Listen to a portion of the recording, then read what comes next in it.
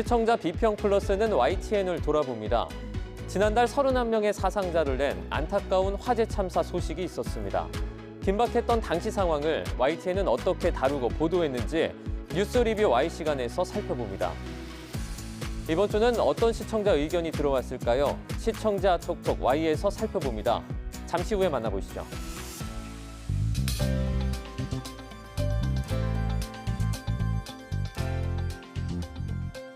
시청자 여러분 안녕하십니까? 정주영입니다. 지난주 전국에 굵은 비가 내리면서 장맛비로 인한 피해가 이어졌습니다. 기상청은 당분간 장마 전선이 한반도에 머물면서 많은 양의 비가 계속 내릴 것으로 예보했는데요. 준비를 갖췄음에도 불구하고 이 장마로 인한 인명피해는 매년 반복되는 것 같습니다.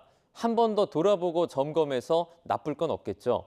경각심을 가지고 철저한 대비에 신경 써주시길 바랍니다. 그럼 이번 주 시청자 비평 플러스 뉴스 리뷰 Y로 시작합니다.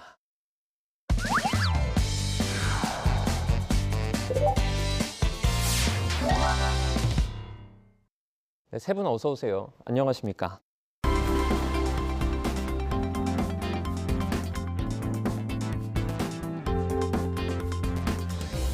뉴스 리뷰 Y 시작해봅니다. 먼저 조수진 시청자 평가원이 가져오신 오늘의 주제부터 들어봅니다. 지난달 말 경기도 화성시 리튬전지 공장에서 화재가 발생해 큰 인명피해가 있었습니다. 이번 사건은 대부분의 희생자가 이주민 노동자이다 보니 위험의 이주화에 대한 문제도 제기됐는데요. YTN은 이번 배터리 공장 화재 보도를 어떻게 다루고 있는지 오늘 뉴스 리뷰 Y에서 다뤄봅니다. 네, 저도 이 소식을 전했지만 정말 안타까운 사고였습니다. 당시에 긴박한 상황을 이제 YTN이 실시간으로 전해드렸는데요. 취재 현장은 분명히 혼잡했을 테고요. 워낙 큰 규모의 화재다 보니까 실시간으로 피해 상황을 알리는 것 자체가 매우 중요했던 것 같습니다. 보도 역시 쉽지 않았을 것 같은데요. 어떻습니까? 그 대형 사건 사고가 발생하면 언론사들은 거의 뭐 콩고 까먹을 정도로 막 정신이 없죠. 대개 두 가지 갈래로 대응을 합니다. 제일 중요한 건 우선 현장에 누가 더 빨리 도착하느냐의 경쟁이 강하죠. 왜냐하면 이런 큰 사건이 일어나면 시청자나 국민들이 현장의 모습을 가장 궁금해하기 때문에 현장을 도착하기 위해서 이제 현장의 취재 기자들이 파견을 가는 것이죠. 각 사마다 뭐 사활을 걸고 현장에 도착하는 경쟁을 벌이게 되고요. 이제 회사 내에서는 첫 번째가 이제 속보라는 형태로 방송을 시작을 합니다. 한 줄짜리 속보로 시작을 해서 팩트가 계속 업데이트가 되고 그다음에 이제 그 취재 기자가 전화 연결을 하고 그러다가 이제 현장이 연결되면 현장 연결이 되고 그래서 사태가 어느 정도 파악되면 뭐 취재 기자나 전문가가 출연해서 좀 더 상황을 이렇게 분석해주는 그래서 더 커지면 이제 특보로 가는 이런 방식으로 대개 대처를 하게 되는데요. 이런 상황이 이제 길어질 경우가 있죠. 이제 단번에 끝나지 않고 오래 가는 경우들이 있습니다. 뭐 예를 들면 뭐 삼풍백화점 붕괴 사고 같은 경우는 YTN에서 100일 넘게 24시간 방송을 했거든요. 그렇게 되면 취재 보도국 내에 TF가 구성이 됩니다. 그래서 타부서의 지원도 받고 전사적으로 이제 그 지원이 들어가게 되는 것이죠. 그렇게 해서 시청자들이 완전히 사태를 파악하고 파장이 거의 마무리될 때까지 끊임없이 이렇게 방송을 이어가는 그런 경우들이 있고요. YTN은 가장 긴 그 특보는 코로나19 팬데믹 때 2년 반 정도 특보를 한 경우가 있죠. 사고 당시 속보부터 YTN 보도들을 하나씩 살펴보도록 하겠습니다. 먼저 평가원님 어떻게 보셨습니까? 네, 이번 리튬 배터리 공장 사고 이 소식뿐만 아니라 최근에 안타까운 사건 사고 소식이 참 많은 것 같습니다. YTN은 화재가 난 당일부터 뉴스 특보로 소식을 전했습니다.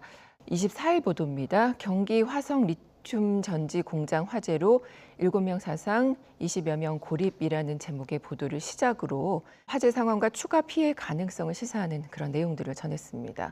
특히 이제 현장 내 화재로 인해 진입이 어려운 상황을 알 수 있었고요. 20여 명이 고립되는 등 안타까움을 전했습니다. 24일 보도입니다. 화성 리튬 전지 공장 화재 사망자 22명으로 늘어 추가 수색 중. 또 지붕 내려앉고 집기 눌러부터 뼈대만 남은 잿더미라는 이 제목의 보도들을 통해서 이번 화재가 얼마나 심각한 상황인지 알 수 있었습니다.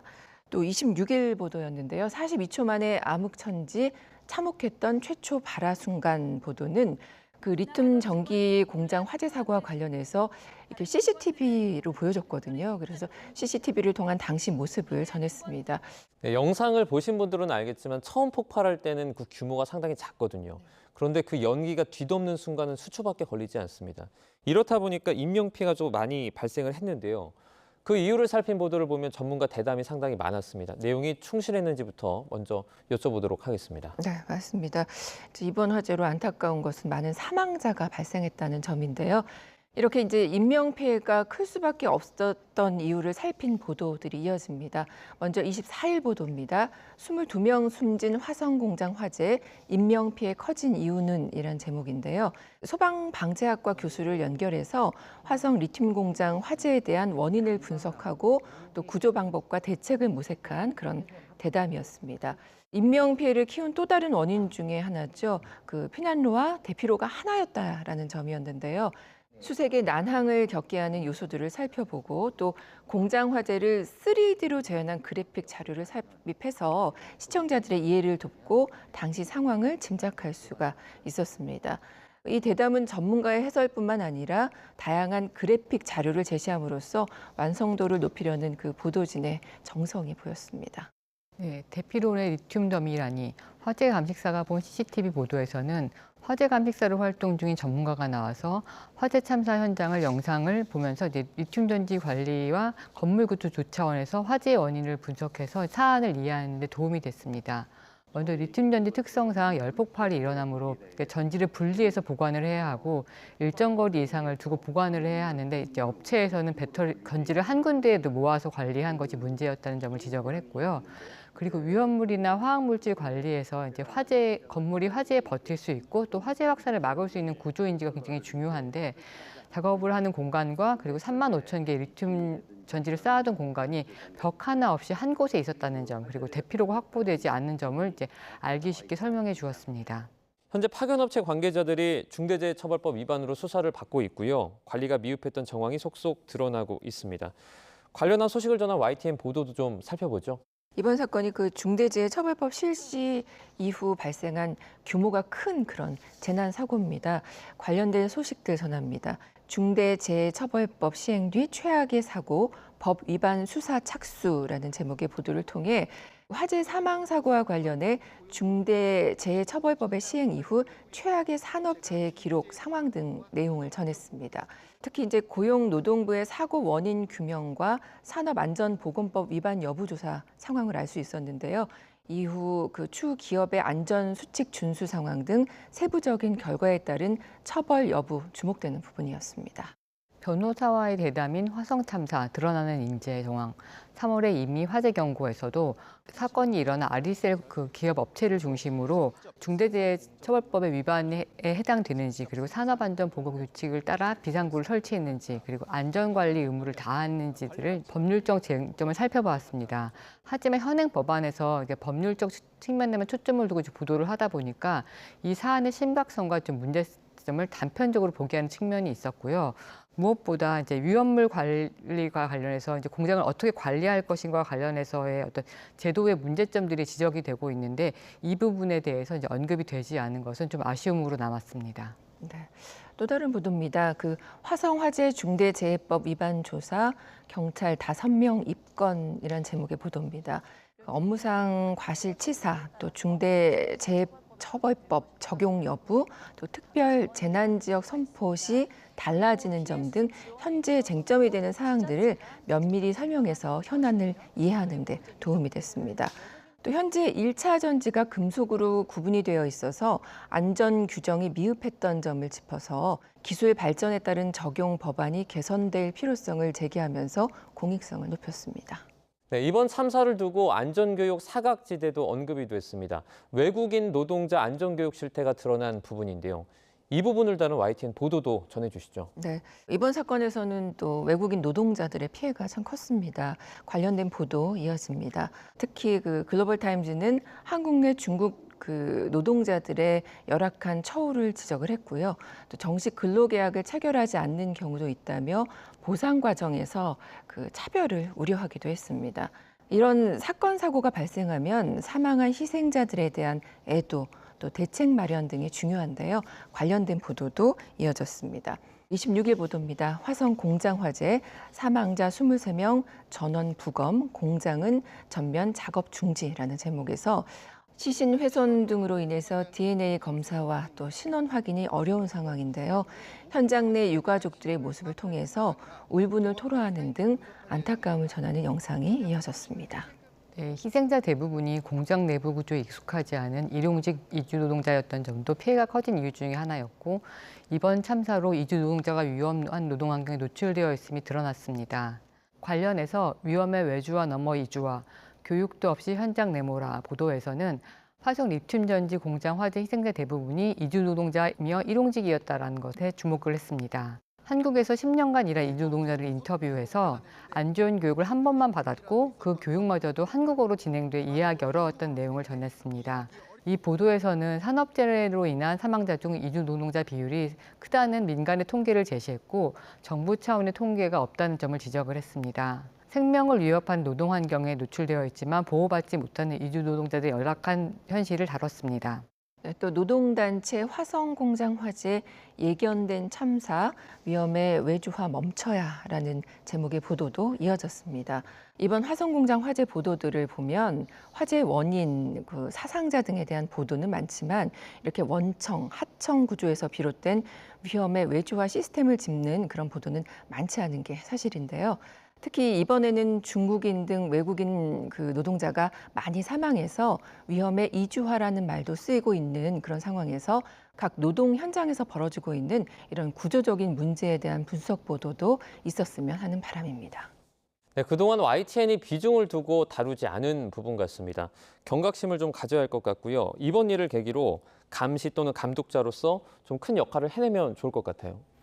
1970년대, 80년대 이때의 방송 뉴스에서 교통사고를 전할 때 사고로 인해서 부서진 자동차의 화면을 내지 못한 적이 있습니다. 왜냐하면 그때 당시는 경제 성장을 중요하게 생각을 했기 때문에 중공업 위주의 경제 성장에서 가장 우리나라 정부가 중점을 뒀던 자동차 산업에 나쁜 인상을 줄 수 있기 때문에 교통사고가 나도 부서진 차의 모습은 내보내지 못한다, 이런 우습지도 않은 그런 일들이 벌어지곤 했었는데요.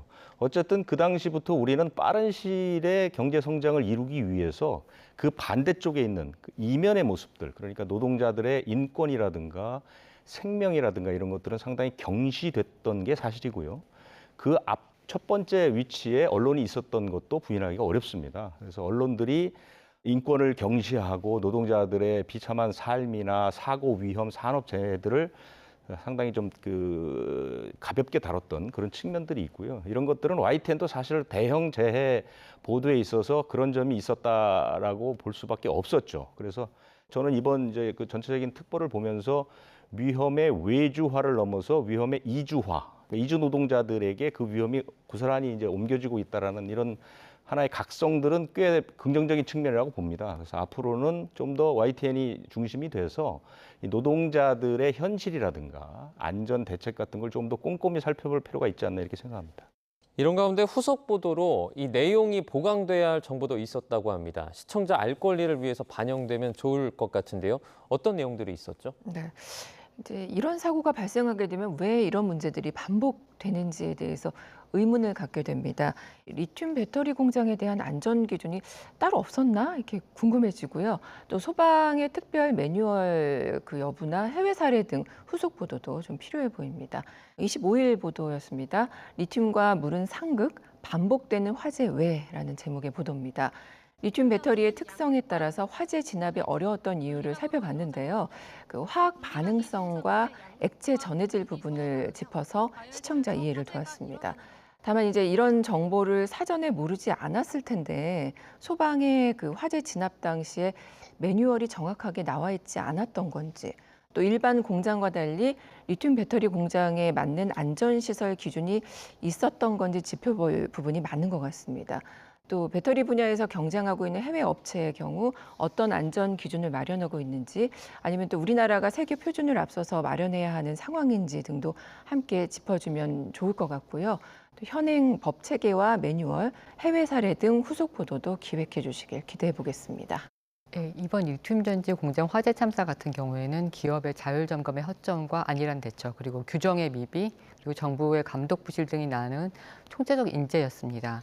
YTN은 화재 현장과 피해 상황 등을 많이 다루긴 했지만은 사고 원인에 대한 구조적이고 제도적인 분석에 대한 부분이나 관련해서 이제 이 리튬 등의 위험 물질을 다루는 공장에 대한 점검들이라든지 현안에 대한 보도들은 좀 다소 부족해 보였습니다. 2020년 4월 YTN은 2010년부터 10년 동안 무려 95건의 리튬 전지 폭발 사고가 있었다고 보도를 하기도 했었습니다. 그만큼 리튬 전지의 위험성이 이제 알려진 상황들이기도 했는데요. 기업이 안전한 환경을 조성해 왔는지에 대한 점검이 필요합니다. 또한 업체의 노동환경 조성과 위험 관리 문제와 함께 정부의 부실한 관리 감독도 지적이 되고 있는데요. 이에 대한 보도도 좀 찾아보기 어려웠습니다. 참사가 일어난 아리셀은 노동부가 선별한 고위험 사업자 중 하나였지만 노동부에서는 업체에 대한 자율 예방만을 강조를 했었고요. 공장은 소방시설법상 안전관리 대상 2급 위험시설로 분류돼서 내부 소방시설을 자체 점검하게 되어 있으나 이와 관련해서 소방당국이 업체가 제대로 점검을 하고 있는지는 확인하는 절차는 없었습니다. 위험 물질을 관리하는 기업에 대한 정부의 관리에 대한 책임과 안전한 노동과 소방 두 차원에서 점검이 필요하고요. 안전관리 규정에 문제가 없었는지 보완할 사항은 무엇인지에 대한 보도가 필요한데 이제 이 내용은 다소 미흡했던 것 같습니다. 이후 후속 보도를 기대를 해보겠습니다. 이런 관련된 후속 보도도 계속해서 이어질 것 같은데요. 혹시라도 이제 부족한 부분들, 좀 준비 중인 내용들 이런 것들이 잘 보도가 되면 좋을 것 같죠. YTN이 1995년에 개국을 했는데요. 그 해가 아마 유난히 사건 사고가 많았던 해입니다. 봄에는 대구 지하철 공사장 폭발 사고가 있었고요. 여러분이 잘 아시는 삼풍백화점 붕괴 사고가 있었고요. 가을에는 강릉 그 무장공비 침투 사건도 있었고요.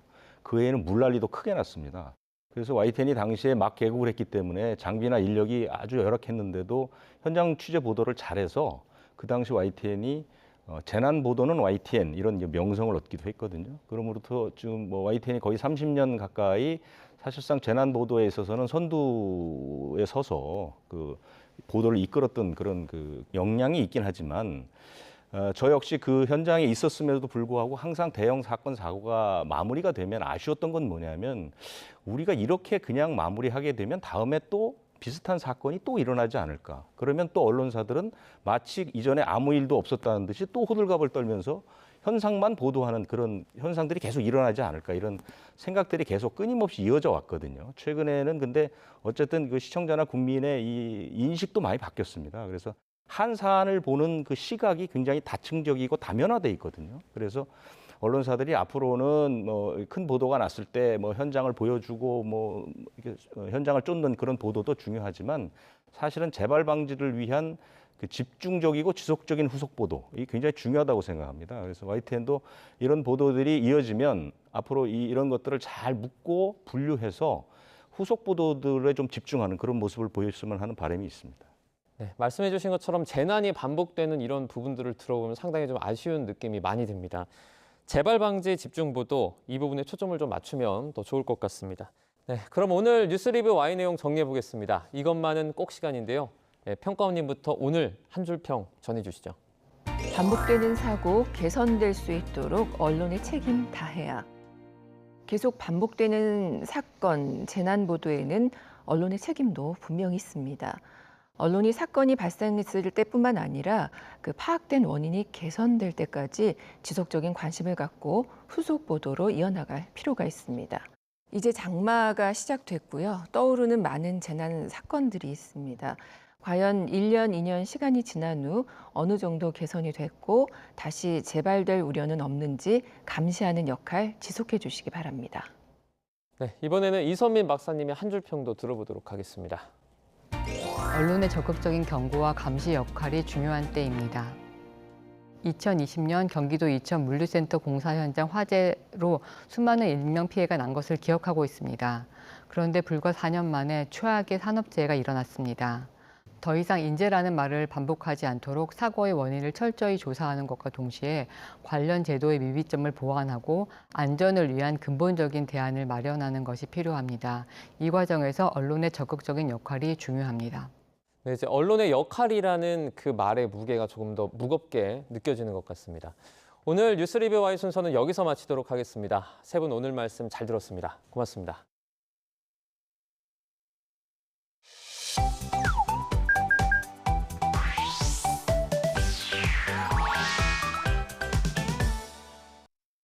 YTN을 향한 시청자 의견이라면 모두 귀 기울여 듣고 답하는 시청자 톡톡 Y 시간입니다. 오늘 주목한 시청자 의견을 AI 앵커 Y고가 소개해드립니다. 지금 바로 만나보시죠.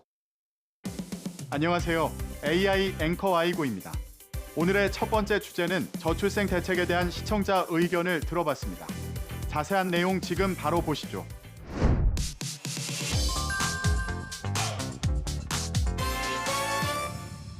한 주간 이슈 중 새롭게 발표된 저출생 대책을 소개한 보도로 그중 현금성 정책이 핵심이었음을 기자가 자세하게 소개해준 보도가 있었습니다. 관련해서 이 정부가 지급하는 부모 급여나 양육 수당이 도움이 되기는 하는데요. 그럼 얼마나 도움이 되느냐 봤더니 이 국내 총생산 GDP에서 이 현금성 가족 정책 지출이 1% 포인트 늘면은 이 합계 출산율은 0.06명이 늘어난다는 겁니다. 그런데 1% 포인트를 올리기 위해선 지금보다 이 현금성 지출을 3배 더 늘려야 되거든요. 근데 그래봤자 고작 늘어나는 출산율은 0.06명에 불과하다 보니 이 현금성 정책뿐만 아니라 일가정 양립을 위한 제도 지원이 필요하다는 지적도 함께 나오고 있는 겁니다.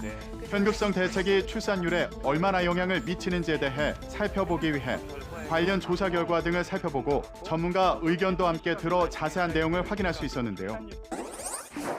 경제픽 보도에서 정부의 저출생 대책 내용을 전했는데 구체적인 조사 결과를 바탕으로 사회적 대책 마련에 도움을 주는 공익성 높은 보도였지만 저출생 대책 중 주거에 관한 지원 부분은 발표되었다고 언급만 하고 넘어가서 구체적인 지원 내용이 궁금했다는 시청자 의견이 있었습니다.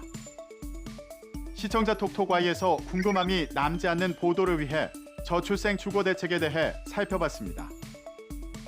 우리 정부는 세계 최악의 수준에 처한 출산율의 반등을 모색하기 위해 일가정 양립, 양육, 주거 등 3개 분야를 집중적으로 지원하기로 했습니다. 그중 주택 정책으로는 신생아 우선 공급 등을 신설해 출산 가구 대상 주택 공급을 7만 호에서 12만 호로 늘리겠다는 계획을 내놨는데요. 그린벨트를 해제해 14,000호의 공공주택을 신혼, 출산, 다자녀 가구에 배정하고 민간 분양 내 신혼부부 특별공급 물량 비중을 18%에서 23%로 상향 조정합니다.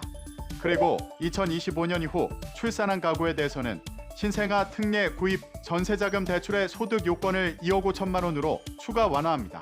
또한 정부는 저출생 대응책의 일원으로서 결혼을 장려할 수 있는 세제 인센티브 방안을 마련했는데요. 우리나라에서 출산이 대부분 혼인한 뒤 이루어진다는 현실을 고려한 것입니다. 1세대 1주택을 각각 보유한 남녀가 혼인해 2주택을 보유하게 되면 양도소득세와 종합부동산세를 1주택으로 간주하는 기간을 기존 5년에서 10년으로 확대합니다. 이 기간 동안 양도소득세는 12억 원까지 비과세되고 종합부동산세는 기본공제 12억 원과 더불어 고령, 장기 보유자에 대한 세액공제가 최대 80%까지 적용됩니다. 다음으로 시청자 톡톡Y 두 번째 주제는 취약계층 폭염 대책에 대한 시청자 의견을 들어봤습니다. 어떤 내용을 담고 있는지 이어서 확인해 보시죠.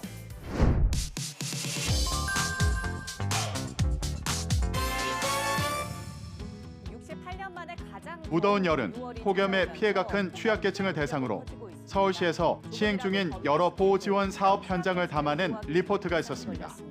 김연아 기자가 보도합니다. 서울의 한 쪽방촌, 해가 내리쬐고 바람 한 점 없는 좁은 골목길 위로 미세한 물 한 개가 분사됩니다. 지난해 처음 설치됐는데 잠시나마 바닥과 공기에 열을 식혀 숨통을 틔워줍니다. 현재 쪽방촌 등 폭염 취약 지역에선 낮 1시부터 밤 9시까지 매일 4번 거리 순찰도 진행되고 있습니다. 온종일 밖에서 일하는 택시기사들 역시 도심 곳곳에 마련된 쉼터에서 얼음물을 제공받을 수 있습니다. 쪽방촌을 찾아 서울시의 폭염 대책이 구체적으로 어떤 것들인지 보여주고 취약계층은 물론 야외 노동자인 택배 기사들도 마련된 쉼터를 이용해 더위를 피하고 있는 모습을 보여줬는데요. 이번 보도는 취약계층을 보호하기 위한 서울시의 폭염 대책을 살펴보는 보도로 여러 대책을 보여줘 서울 시민들을 대상으로 정보성을 기했는데 서울시뿐만 아니라 다른 지자체들의 취약계층을 위한 폭염 대책은 무엇이 있는지 시야를 넓히면 좋을 것 같다는 시청자 의견이 있었습니다. 폭넓은 보도를 위해 시청자 톡톡Y에서 서울시외의 취약계층을 위한 폭염 대책을 정리해봤습니다. 각 지자체는 무더 위로부터 취약계층의 피해를 최소화하기 위해 대책을 마련했는데요. 먼저 대프리카로 불릴 만큼 무더운 대구시는 5월 20일부터 약 4개월간 폭염 대책을 마련해 추진 중입니다. 대구시는 공사장 현장 근로자, 노년층 논밭 작업자, 독거노인 등을 3대 취약 분야로 분류해 중점 관리하기로 했는데요. 공사장 현장 근로자는 오후 2시에서 5시 취약 시간대 무더위 휴식 시간제 운영, 식수 제공, 건강 상태 체크 등을 하도록 지도하고, 논밭 작업자에 대해서는 작업을 자제하도록 마을 방송을 적극 활용할 방침입니다. 경기도는 폭염 기간 건강 취약계층 보호를 위해 도 재난관리기금 21억 원을 시군에 선제적 지원하는데요. 그중에서도 독거노인 등 사회, 경제적 취약계층을 위한 무더위 쉼터 냉방기 수리, 주거 취약지역 냉방버스 운영, 굴매트, 부채 등 예방 물품 지원 등에는 9억 3천만 원을 투입한다고 합니다. 대전시는 재난 대비 이치수 지원을 통한 취약계층의 건강관리에 주력하고 있는데요. 무더위 쉼터 지정, 응급 잠자리 마련, 긴급 구호물품 지원, 자치구 보건소, 119 등 유관기관 연계를 통한 공동대응반 구성 등 빈틈없는 취약계층의 위기관리 체계를 구축, 시행하고 있습니다. 이외에도 각 지자체마다 취약계층을 위한 폭염 대책은 다양한데요. 사는 지역에 따라 어떤 지원책이 있는지 살펴보고 도움을 받아보시면 좋을 것 같습니다. 마지막으로 오늘 시청자 톡톡아이 세 번째 주제는 심폐소생술에 대한 시청자 의견을 들어봤습니다. 이어지는 내용도 지금 바로 만나보시죠.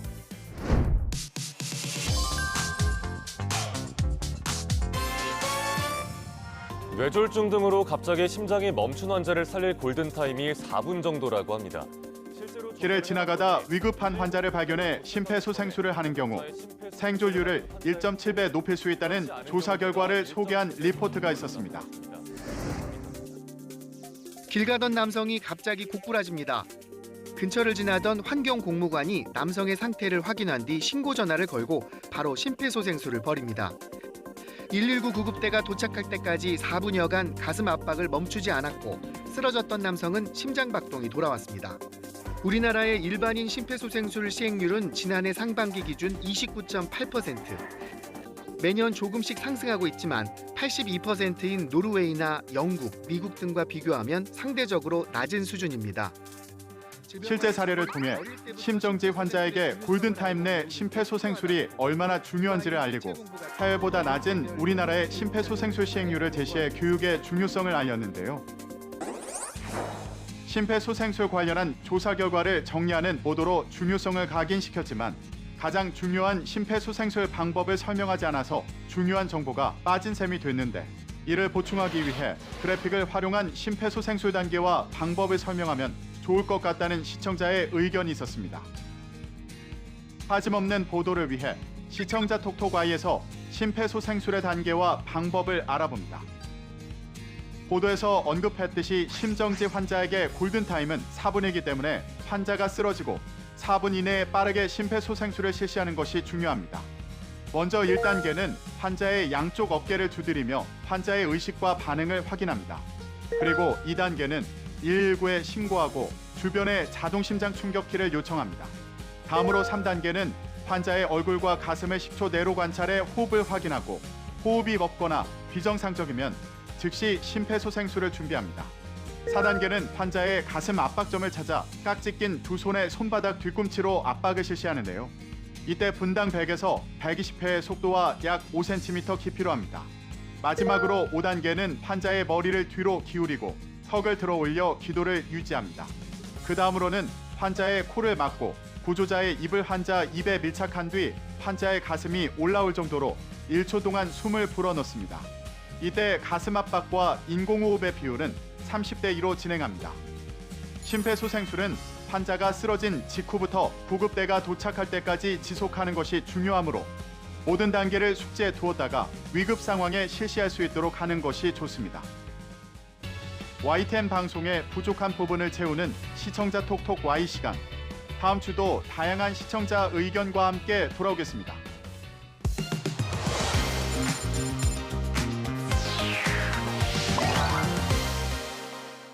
시청자 목소리로 YTN을 되돌아봅니다. 방송에 대한 여러 의견들 SNS와 홈페이지를 통해서 남겨주시고요.